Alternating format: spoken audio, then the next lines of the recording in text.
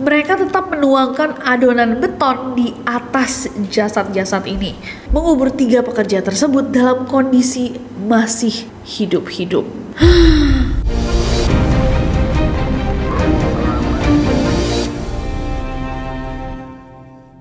Hey guys, it's Nessie and welcome back. Kalau kalian belum subscribe ke channel ini, jangan lupa klik tombol subscribe-nya, terutama untuk kalian yang suka sejarah. Terutama sejarah-sejarah yang gelap, kelam, serem, horor. Storytelling Landmark atau situs-situs horor dunia, episode Sydney Harbour Bridge dan Opera House. 2 ikon cantik kota Sydney, Australia yang menyimpan tragedi kelam. Siapa sih yang nggak pernah lihat Sydney Opera House dan juga Harbour Bridge? Berlokasi cukup deket sebenarnya satu sama lain. Biasanya mereka berdua ini yang menjadi background untuk foto-foto traveling orang ketika datang ke Sydney, Australia. Tapi banyak yang nggak tahu nih sejarahnya yang ternyata lumayan bikin merinding guys. Jadi Sydney Harbour Bridge itu adalah jembatan di New South Wales yang nyambungin Port Jackson, pelabuhan di Sydney CBD atau pusat bisnis Sydney, dan Sydney bagian utara. Nah dulu nih sebelum jembatannya ada, orang-orang yang mau kerja dari utara itu harus naik kapal setiap hari buat ke kantor. Rempong banget gak? Akhirnya pemerintah New South Wales kayak, kita butuh sesuatu untuk menggabungkan atau memudahkan orang traveling, orang-orang untuk commuting. Apa commuting? Berkomut. Apa sih? Gitu. Berpindah-pindah. Kayaknya bukan itu juga, tapi kalian ngerti lah, biar orang-orang mudah gitu melakukan perjalanan ke kantor, biar nggak kayak orang Jakarta gitu umurnya habis di jalan, nggak ada yang mikirin kita ya. Nah, rencana bikin jembatan ini sebenarnya udah ada di 1815, tapi baru bisa jadi kenyataan 108 tahun kemudian karena membuat jembatan sebesar itu ya tentunya biayanya nggak murah. Di tahun 1912, seorang insinyur Australia, John Bradfield, dari Departemen Pekerjaan Umum ngajuin ide ke Parlemen Australia untuk membuat jembatan ini di atas Port Jackson. Awalnya John bilang, gimana kalau kita bikin nih jembatan gantung atau cantilever kayak Forth Bridge di Skotlandia atau Tokyo Gate Bridge. Keren tuh. Parlemen tadinya udah setuju guys. Akhirnya John lah yang menjadi pengawas proyek ini. Tapi sayangnya Perang Dunia Pertama terjadi. Ketunda lagi, udah wacananya panjang, mikirinnya lama, pakai ada perang. Baru setelah perang kelar di 1918, John mulai siap-siap lagi untuk ide ini. Di tahun 1921, dia bahkan sempat keliling dunia guys untuk mencari inspirasi. Karena ya ini bukan proyek main-main ya. Jembatan sebesar itu untuk kotanya pasti akan membuat namanya dikenang juga selamanya. Pulang di tahun 1922, John tiba-tiba kepikiran ada ide baru. Gimana kalau bukannya jembatan gantung, kita buat jembatan lengkung kayak Hillgate Bridge di New York. Padahal sebenarnya guys, parlemen pada saat itu udah mengokekan ide yang pertama dan dananya sudah disiapkan bahkan. Tapi John ngelobi lagi, bilang sama parlemen, sekarang tuh teknologi baja udah maju, jembatan lengkung akan jauh lebih kuat dan biayanya akan lebih murah daripada kalau kita bikin jembatan gantung. Nah, parlemen akhirnya setuju. Desain resminya digantilah menjadi jembatan lengkung. Di Januari 1923, John akhirnya membuka kompetisi tender untuk proyek jembatan yang dia mau bangun di pelabuhan Sydney tadi. Dari 20 proposal yang masuk dari 6 perusahaan dunia guys, ini kayak bukan perusahaan main-main, bener-bener perusahaan top dunia. John akhirnya memilih proposal dari Dorman Long & Co. dari Inggris dengan desainer Sir Ralph Freeman. Kenapa? Karena vendor yang satu ini menjanjikan bahwa mereka akan bisa membangun jembatannya dengan semua bahan mentah dari Australia. Plus poin, desain mereka juga dianggap paling kece dari yang lain, paling keren, paling inovatif, paling cantik, paling timeless. Nah tapi guys, gak ada proyek sebesar itu yang tidak menuai kontroversi. Jadi proses pembebasan lahan untuk dibangunnya jembatan ini itu sangat-sangat menyakitkan warga Sydney. Sebanyak 802 bangunan dihancurkan, termasuk rumah orang-orang. Bahkan ada beberapa kasus di mana rumah mereka dihancurkan tapi orang-orangnya tuh gak dapat kompensasi. Penghuninya atau penduduknya itu disuruh pindah gitu aja. Dibilang bahwa lahan rumahnya dibutuhkan untuk proyek pemerintah. Jadi bisa dibilang bahwa walaupun akhirnya menjadi salah satu ikon nih dari kota Sydney, banyak juga dendam dan juga tangisan yang dijatuhkan dalam pembuatan jembatan ini. Nah, pada Juli tahun 1923, tanah mulai diolah dan Januari 1924 para tender itu mulai bekerja. Perkiraannya aja guys, untuk membuat jembatan ini dibutuhkan sekitar 1.600 orang. Di antaranya ada 250 tukang batu yang didatangkan dari luar negeri, kebanyakan dari Skotlandia dan Italia. Untuk membangun jembatannya sendiri dibutuhkan lebih dari 52.800 ton baja, bahkan untuk kelengkungannya sendiri itu dibutuhkan 39.000 ton. Wow. Dan untuk membuat jembatan ini, pemerintah tuh harus mengeluarkan biaya sampai 10 juta pound sterling atau sekitar 213,3 miliar rupiah. Wow, bayangin guys, dengan uang yang sama bisa dapat 213 patung kura-kura kardus itu loh yang kemarin viral. Itu 1 miliar kan budgetnya? 15. Berarti bahkan gak dapat 200 guys. Cuma dapat berapa? Dapat 14 patung kura-kura kardus yang ada di Sukabumi kemarin. 14 loh, 14. Dia dapat jembatan udah 1 abad masih dipakai. Orang Indonesia butuh sabar. Kira 1M 15M sih. Wow. Katanya bohong. Katanya budgetnya keluarnya segitu. Itu mah buatannya kali. Mestinya emang 30 juta. Tapi anggarannya 15M. Gak tau lah ya, gak urus. Kita urusin negeri orang dulu. Itu terlalu horor. Cocoknya di neror. Setelah kurang lebih 9 tahun pengerjaan, pada 19 Maret tahun 1932, Sydney Harbour Bridge akhirnya diresmikan, guys. Lebih dari 750.000 orang berkumpul di sekitar pelabuhan untuk peresmian ini. Ada satu cerita unik nih pas peresmiannya. Jadi orang yang tadinya mestinya motong pita dari Harbour Bridge itu adalah Perdana Menteri South Wales pada saat itu, Jack Lang. Tapi belum sempet nih si Jack memotong, tiba-tiba muncul ada seseorang guys. Dia adalah anggota dari New Guard, sebuah kelompok paramiliter fasis bernama Francis de Groot. Nah, Francis ini datang sambil menunggangi kuda, melaju ke arah pita dan dia langsung kayak menebas pitanya menggunakan pedang. Jadi jatuhnya dia yang meresmikan, bukan si Perdana Menteri. A sensational incident occurred and cameras alone recorded it. It all happened in a flash. An officer alleged to be Captain de Groot and a new guardsman spurred his horse forward and slashed the ribbon, saying, "I declare this bridge open," forestalling the Premier. He was quickly pulled from his horse and locked up in the toll house. Wherever it is,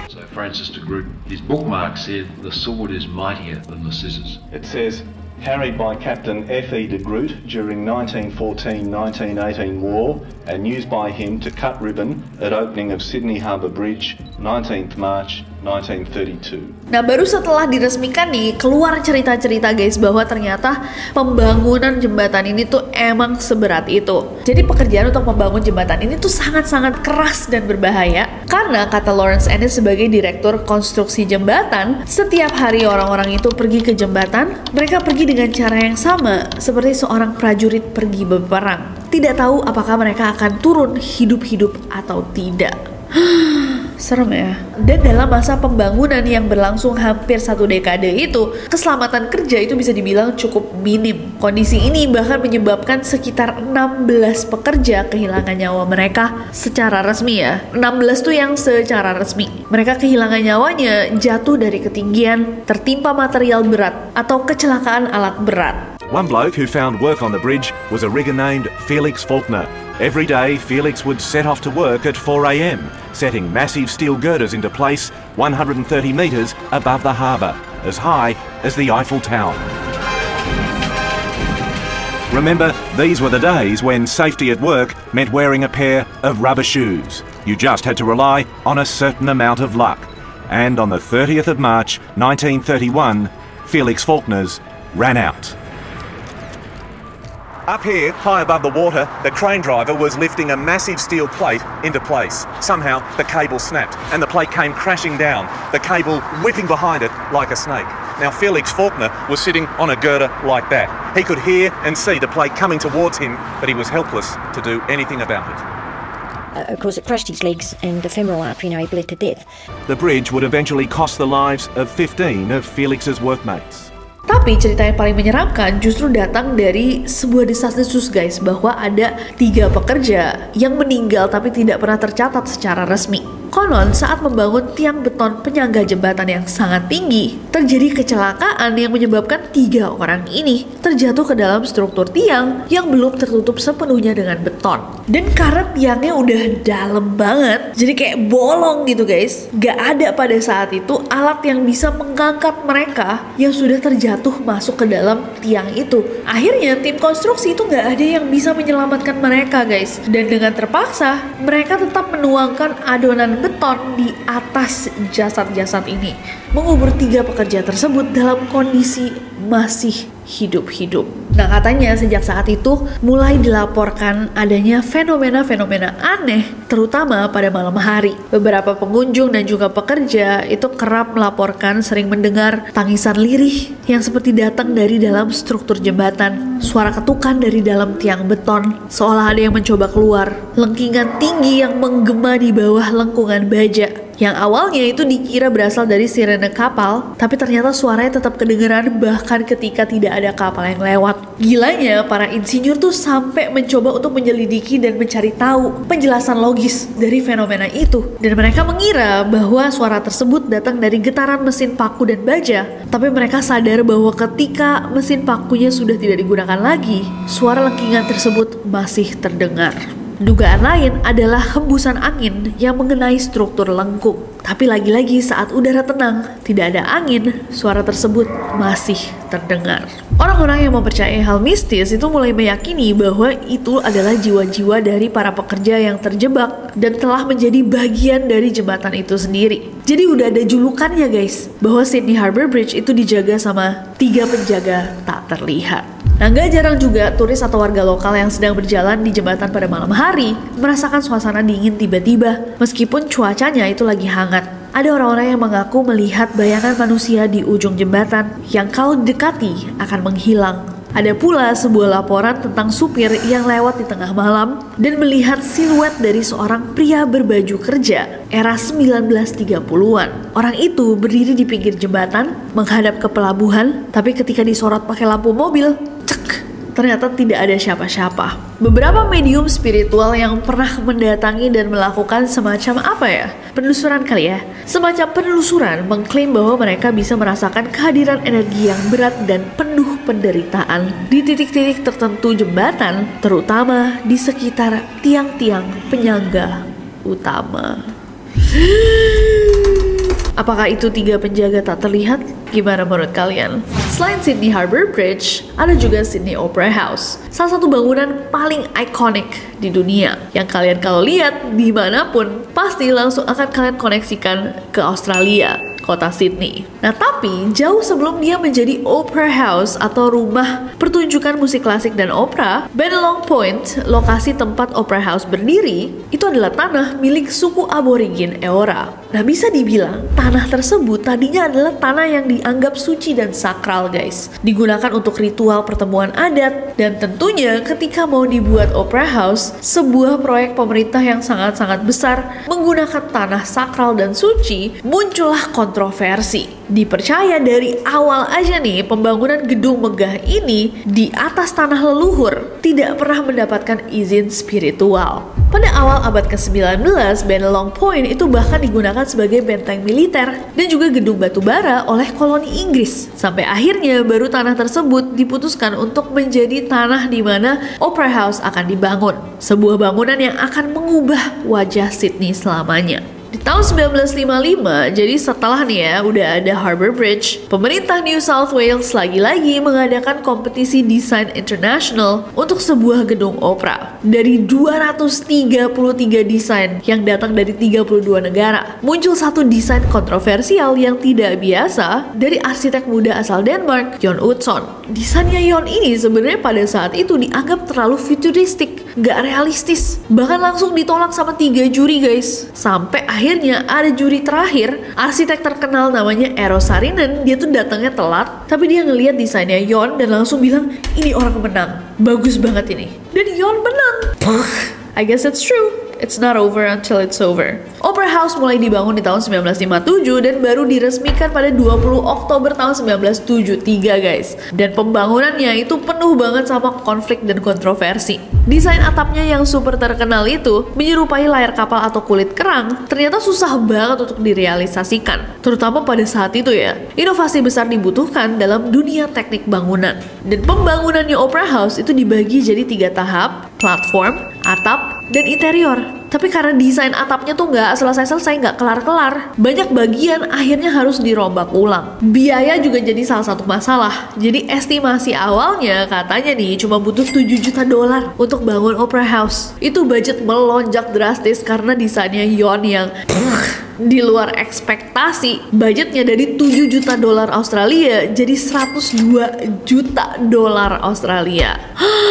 Sekitar 1,5 triliun kalau misalkan kurs hari ini. Nah, ngeliat kok susah banget nih ya merealisasikan desainnya Yon, mereka juga mulai kehilangan kepercayaan sama si Yon ini. Jangan-jangan emang mustinya dia nggak dipilih nih. Bener 3 juri yang nolak pada saat itu. Sampai tekanan politik dan juga media bikin Yon mengundurkan diri guys di tahun 1966. Walaupun dia belum menyelesaikan interior dari Opera House. Setelah dia mengundurkan diri, tim lokal melanjutkan banyak banget aspek dari original desainnya si Yon yang akhirnya dirubah atau dihilangkan. Bahkan si Yon ini nggak pernah balik lagi ke Australia guys untuk ngelihat hasil akhir dari Opera House. Walaupun namanya ya selamanya akan diabadikan sebagai arsitek gila yang mendesain Opera House. For your information, sesusah apa ya untuk merealisasikan desainnya Yon itu, desain atapnya Opera House itu sebenarnya adalah potongan-potongan dari sebuah bola besar yang dibagi-bagi. Dan dia bikin desainnya dulu sebelum tahu gimana cara buatnya. Baru setelah bertahun-tahun dia menemukan solusi jenius untuk membuatnya. Gila sih si Yon ini. Saking problematiknya pada saat itu ya desainnya dia yang dicoba direalisasikan ternyata sesulit itu. Yoon Us-Hoon itu tidak menghadiri peresmian Opera House. Bahkan namanya tuh tidak disebut guys dalam sambutan resmi. I have much pleasure in declaring the Sydney Opera House open.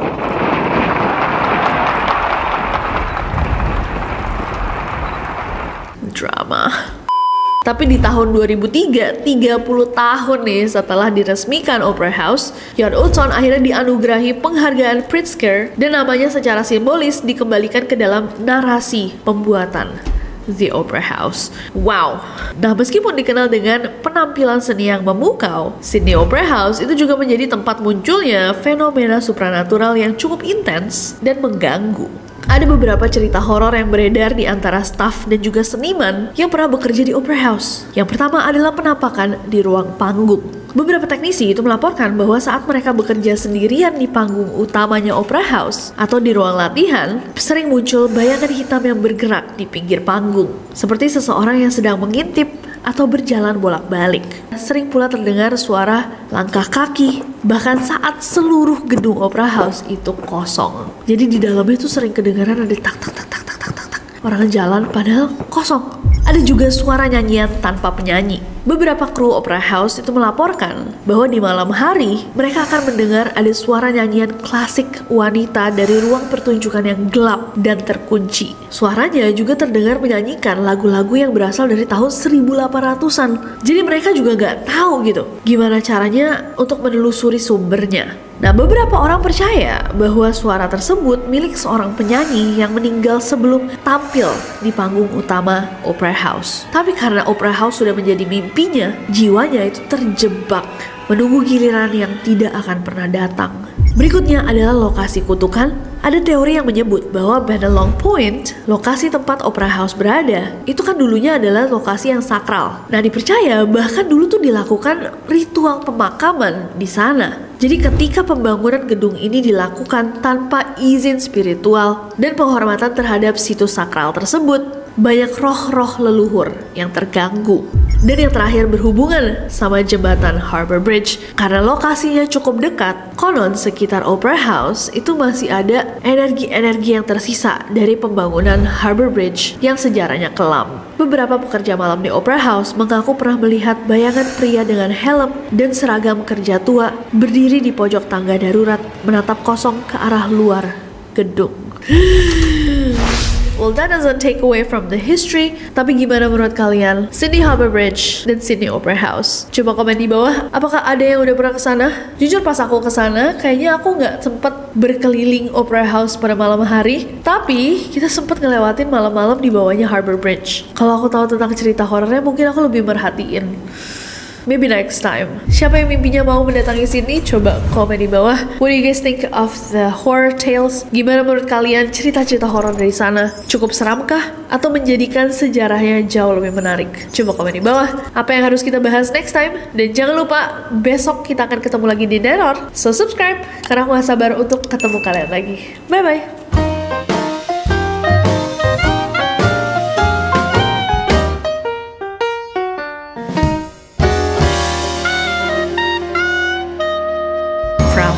Membangun jembatan penyangga